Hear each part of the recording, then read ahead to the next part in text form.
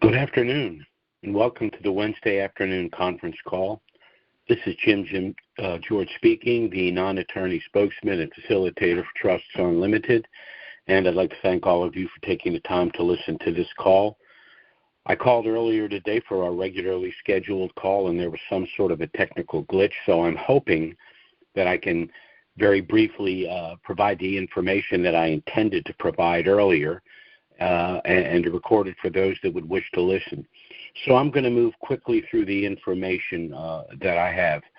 First, I wanted to discuss a window for the possible reinstitution of the Iraqi dinar, because I know that's what most people are interested in. Looking through all of the information at hand, given the administration in the United States, the cooperative nature of Sudani government in Iraq, I'm hopeful that the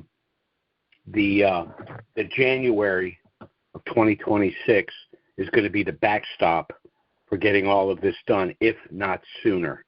And I'll get into the reasons why on the call. I want to begin first with a quick historical review to discuss really why we find ourselves in the situation we're in with regard to Iraq. First, and I've discussed this on many calls, Iraq is arguably one of the richest countries in the world per square mile. This is because it's situated in the Tigris-Euphrates River Delta, where all of the silt for thousands of years have flown down into Iraq. I'm talking about precious and industrial metals, rare earth informations, etc. Be that as it may, some time ago, unfortunately, a tyrant named Saddam Hussein took control of Iraq. He proceeded to basically destroy the country. In order to recover what he had lost, he then invaded Kuwait. He was expelled by a coalition of forces led by the United States, and those that followed what happened know exactly what had happened to him. But while all of this was going on, something was going on globally. And this was the global transition from fiat-based currencies country to country based on the full faith and credit of their given central banks and government, to something called Basel compliance.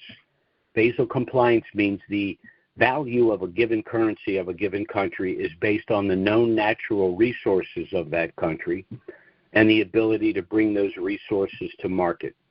Now, this was a 5-phased program.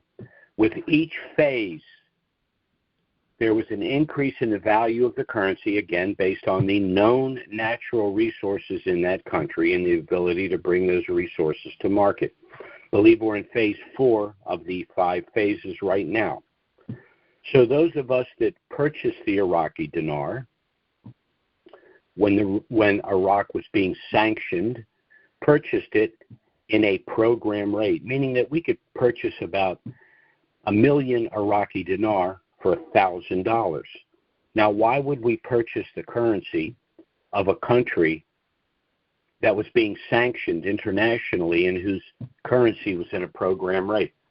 Well, because, as I stated earlier, because Iraq per square mile could be the richest country in the world.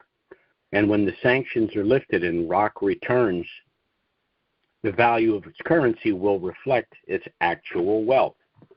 Well, that, for those of us that purchase the currencies, is just about to happen. And this means that the $1,000 investment, hypothetically, for 1 million dinar, even if Iraq was only going to return to its rate when it went into a program rate of $3.25, it means that your $1,000 investment would be worth approximately $3.25 million. I know that seems too good to be true, and I can understand that, but that nevertheless is the case. These are the numbers. I'm not making them up. And again, this is assuming that Iraq were to return to $3.25.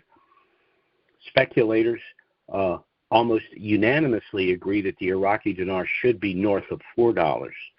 So those of us that invested in Iraq will have a very good day at the office.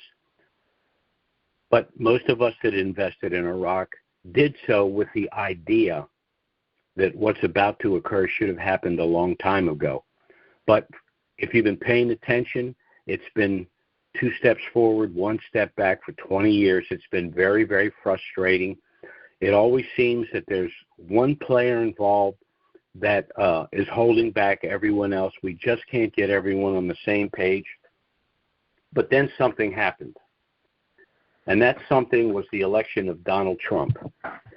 And Donald Trump in his first term said that the problem globally was the artificial manipulation of currencies, no level playing field, and the United States being taken advantage of, unfortunately with the aid and assistance of rather naive globalists running our government.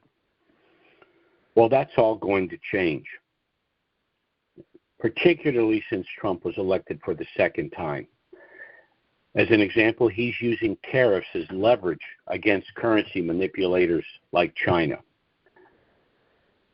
Then we deal with the issue in the Middle East, and of course our major concern is Iraq and what's necessary for the reinstitution of their currency, security and stability. So what's Donald Trump doing to ensure security and stability for Iraq and the region in general? Well, he took out Soleimani, a military general of Iran who was involved in the internal affairs of Iraq. He destroyed Iran's entire nuclear program. He is in the process of completely neutralizing Hamas and Hezbollah, and particularly Hamas that's involved in Gaza. The U.S. Treasury is assisting Iraq to complete their monetary reform. And it looks as though the reinstitution of the Iraqi dinar is going to repay the United States for the expenditure of liberating Iraq from Saddam Hussein. Then there was a recent meeting in Egypt between the officials of the United States and Sudani, all pointing to the near conclusion of this decades-long saga. So, all of this being the case, it looks as though the Iraqi dinar could hit the 4X. As I said before, in my humble opinion, the backstop would be January, but an argument can be made that it could happen long before that. We're talking weeks. Now, what's going on in Iraq that makes me think that that could be the case? Well, we see that the Parliament is finally being forced to deal with the 2026 budget. There are a couple of things within that budget that are of interest to us. One is Article 12-2C, which has to date an undisclosed new exchange rate. And it's that exchange rate that's going to fund the HCL and Article 140. Article 140 dealing with the disputes between the federal government, Baghdad, and Kurdistan, and specifically the salaries and the payments of the Kurdistani employees. And then there's the HCL, which is the payment of oil reserves to civilians.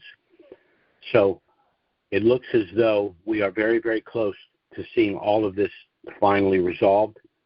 And Sudani is working with Barzani and Trump to ensure that they have irrevocably and permanently neutralized Iran and finally achieve the security and stability that they need.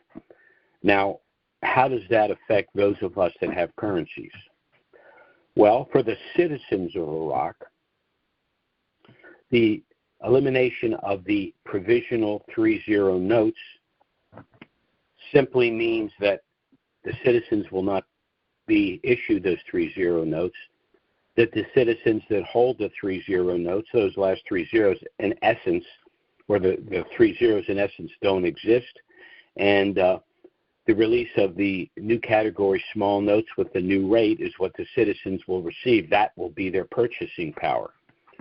For those that have invested in the Iraqi dinar, and I'm talking about other central banks, international hedge fund, whale investors, and then individual private investors such as ourselves, We will exchange our 3-0 notes with our respective central banks, who will either hold those notes as part of their reserve, or they will retire them to the CBI of Iraq in exchange for things like oil credits or contracts to rebuild their infrastructure, whatever is going to be mutually profitable for both Iraq and the country that possesses those 3-0 notes that they wish to retire. So in conclusion, for those of us that have purchased currencies, we have clients that purchased them last week, 5 years ago, 10 years ago, 25 years ago. But all of us will share equally, however long we've held the currencies, in the windfall profit that will be received once the Iraqi dinar hits the Forex, and God willing, that will not be too much longer. Very briefly, I want to touch on our trust package, because this is how we got involved with marketing to dinarians. You're in a peculiar situation because you possess something which could make you a very wealthy person overnight. And of course, acquiring wealth is one thing, but protecting that wealth for yourself and for generations to come is quite another. But when you have an asset that you have every expectation is going to increase substantially in value, it's important for you to transfer that asset to a protective entity, and that entity is our Asset Protection Trust Package. Very briefly, I want to explain the benefits that you would enjoy.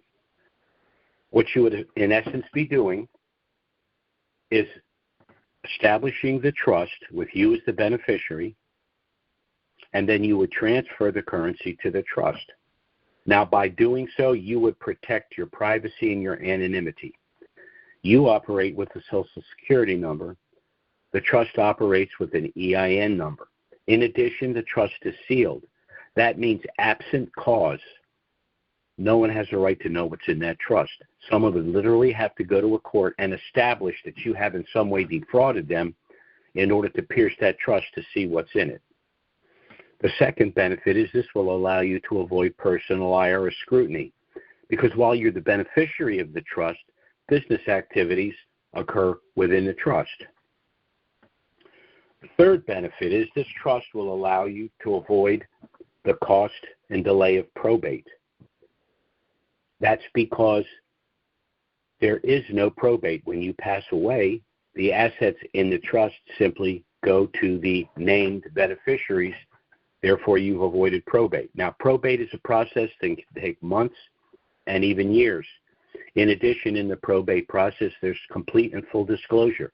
Everyone will know what you possess, who your heirs are, and how much each stand to inherit. So if anyone has an issue with any of that, they could just go to the probate court and file a claim. That can't happen with the trust because there is no probate.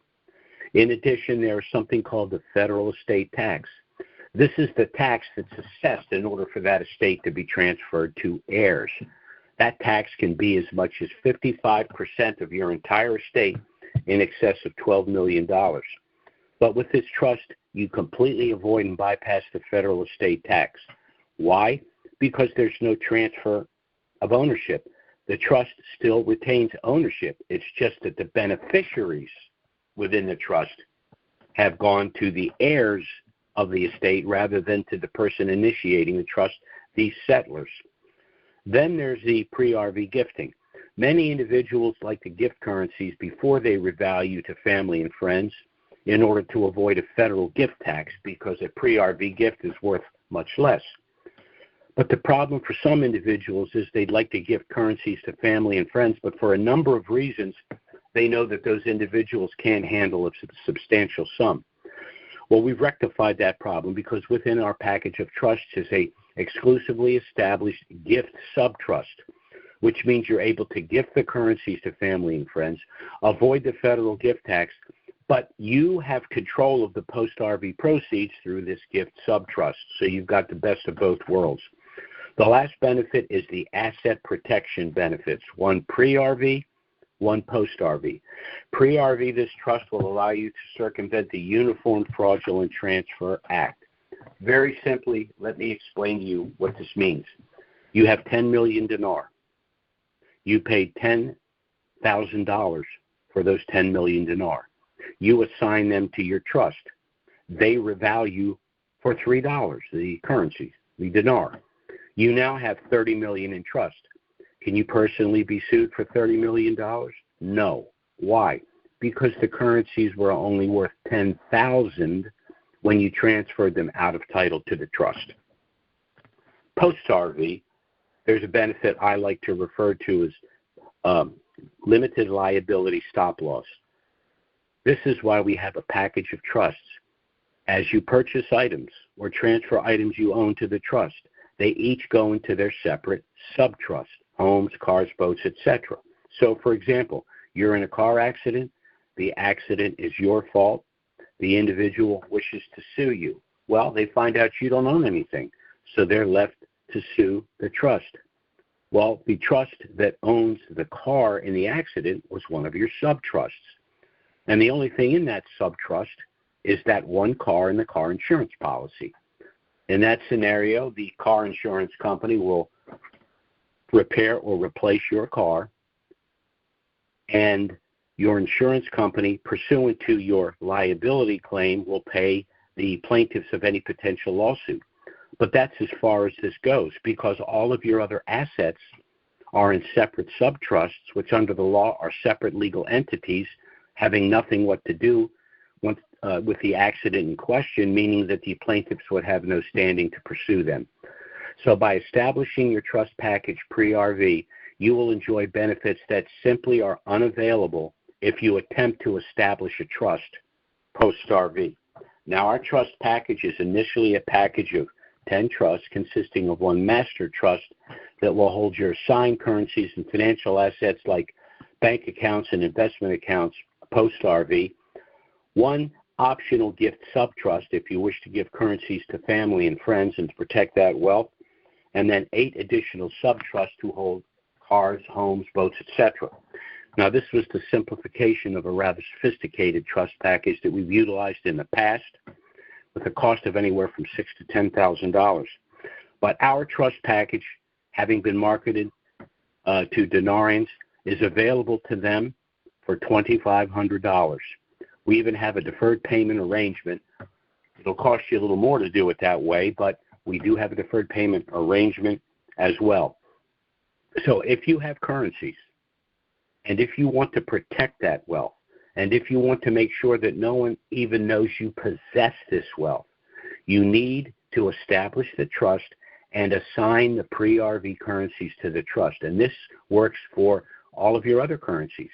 If you have Vietnamese dong, Indonesian rupiah, XRP, cryptos, anything that you think is going to increase substantially in value, it would behoove you to assign it to the trust before that value increases. Now, you can contact us by email or phone if you're interested in getting our initial no-obligation trust package. It does contain everything you need if you wish to proceed, but you're under no obligation to do so. You can contact us by email, which is trusts with an S, unlimited, LLC at gmail.com.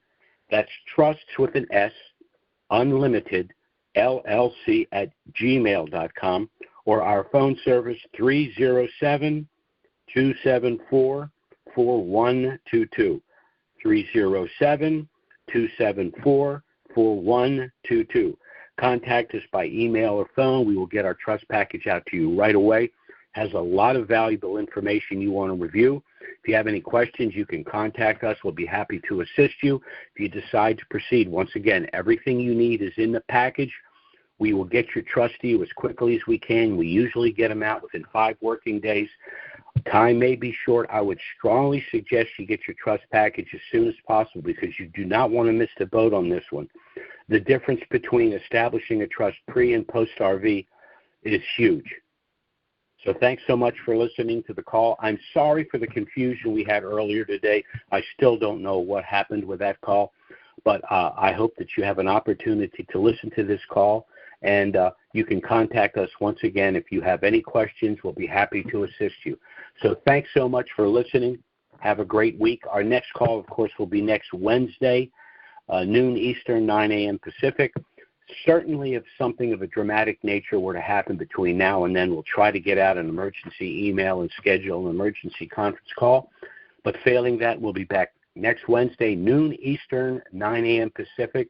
Thanks so much for listening, everyone. Have a great week. Thanks for listening. God bless.